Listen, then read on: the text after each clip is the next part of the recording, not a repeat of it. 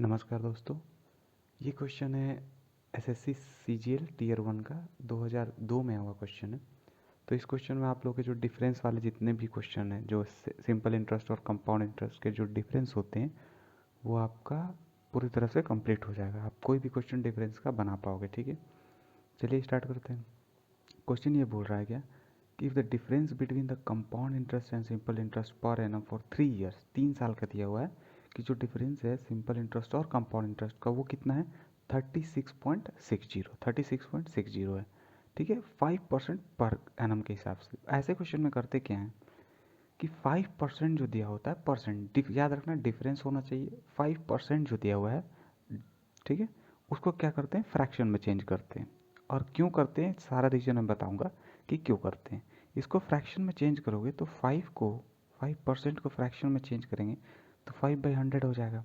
ठीक है, यानी कि 1/20 ये हो जाएगा फ्रैक्शन में चेंज ना। अब क्या करेंगे, ये कितने साल के लिए दिया हुआ है, देखो 3 साल के लिए दिया हुआ है, यानी कि जो डिफरेंस है वो 3 साल का निकालना हमें।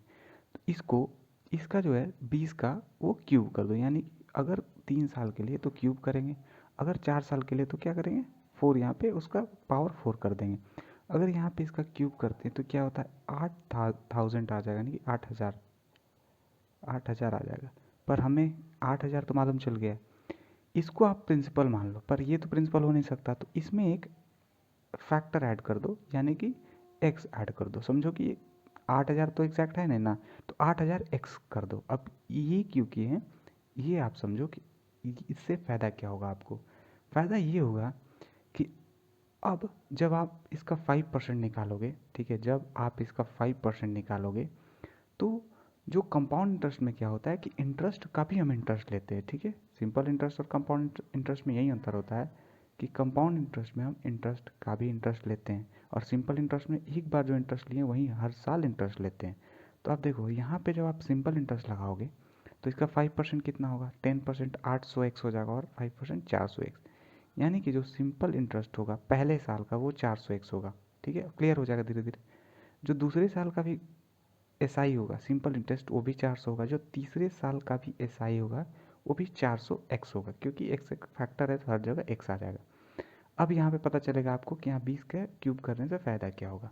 अब देखो कंपाउंड इंटरेस्ट मतलब क्या होता है, इंटरेस्ट का भी इंटरेस्ट, यानी कि जो पहले साल हमें इंटरेस्ट मिला उसका भी इंटरेस्ट मिलेगा। ऑलरेडी हम 400x ले चुके हैं, लेकिन जो हम पहले साल जो हमें अमाउंट मिला था उस पर भी इंटरेस्ट मिलेगा। कितना इंटरेस्ट मिलेगा 5% का। इसका 5% कितना हो जाएगा 400, यानी कि 10% 40 और 20x 5%, तो 5% ही हो जाएगा। यानी कि इस पर अगर 5 1 साल बाद मिला और तो कुछ अमाउंट नहीं है इंटरेस्ट वाला। ठीक है ना। अब जो ये तीसरे साल है, दूसरे साल तो इस पर मिल गया, तीसरे साल है तो इस पे और इस पे इंटरेस्ट मिलेगा। इस पे कितना मिलेगा हमको पहले ही पता है 20x। इस पे मिला है तो इस पे भी तो मिलेगा, इस पे मिला है इस पे भी मिलेगा और इस पे मिलेगा। इन तीनों अमाउंट पे तीसरे साल पे इंटरेस्ट मिलेगा, क्योंकि इंटरेस्ट पे भी इंटरेस्ट मिलता है। तो इस पे मिल गया, इस पे कितना मिलेगा फिर से 20x 5%। इसका देखो 20x का 5% कितना होगा, 5% इक्वल टू 1/20, तो 20x into 1/20 equal to 1x। अब समझ में आपको आ गया होगा, अब समझ में ये आया होगा आपको कि जब हम क्यूब किए तो हमें जो वैल्यूज़ मिली इंटरेस्ट की 3 साल में, तीनों साल में, वो वैल्यूज़ एग्जैक्ट एक नेचुरल नंबर हैं। ठीक है, एक नंबर्स हैं, एकदम प्रॉपर नंबर्स में मिले हैं, फ्रैक्शंस या फिर डेसिमल में हमें वैल्यूज़ नहीं मिलेंगे। ठीक है, तो इससे क्या होगा कैलकुलेशन ईजी होगा। अब क्या बोल रहा है कि दोनों का डिफरेंस, आप एक बात बताओ, ये सिंपल इंटरेस्ट ये तीनों, ये टोटल क्या है कंपाउंड इंटरेस्ट, ये टोटल क्या है कंपाउंड इंटरेस्ट, ये जो है ये लाइन ये सिंपल इंटरेस्ट, ये टोटल कंपाउंड इंटरेस्ट। इनके बीच में जो डिफरेंस है वो तो यही ना है, ये अमाउंट क्या है डिफरेंस है। कैसे डिफरेंस है, अगर इस अमाउंट को हटा दो तो ये क्या बचेगा सिंपल और कंपाउंड एक हो जाएगा। ठीक है, तो जो हमें इंटरेस्ट मिला है जो डिफरेंस पैदा कर रहा है वहीं तो डिफरेंस है एसआई और सीआई में। यहाँ क्या है 61x, आप सबको जोड़ोगे इंटरेस्ट मिला है, यानी कि डिफरेंस सीआई और एसआई का क्या है 61x। इसका वैल्यू 36.60 लिखता है। डेफिनेटली ये कटेगा तभी दिया हुआ है ना। अगर x का वैल्यू हम देखें तो x का वैल्यू क्या है 36.60 डिवाइडेड बाई 61। यहाँ पे हमें x का वैल्यू पुट करना है। ठीक है, तो ऊपर पुट कर देते हैं। आप यहाँ पे जब पुट करोगे इसके जगह पे इसको इनटू बना देते हैं, इसको हम ऐसे लिख सकते हैं 60 डिवाइड बाई 61, यहाँ देखो 61 से 6 बार में कट जाएगा, क्योंकि 6 और 6 छक 36 होता है, तो कट जाएगा। तो ये बचेगा कितना, 60 इंटू 8,000।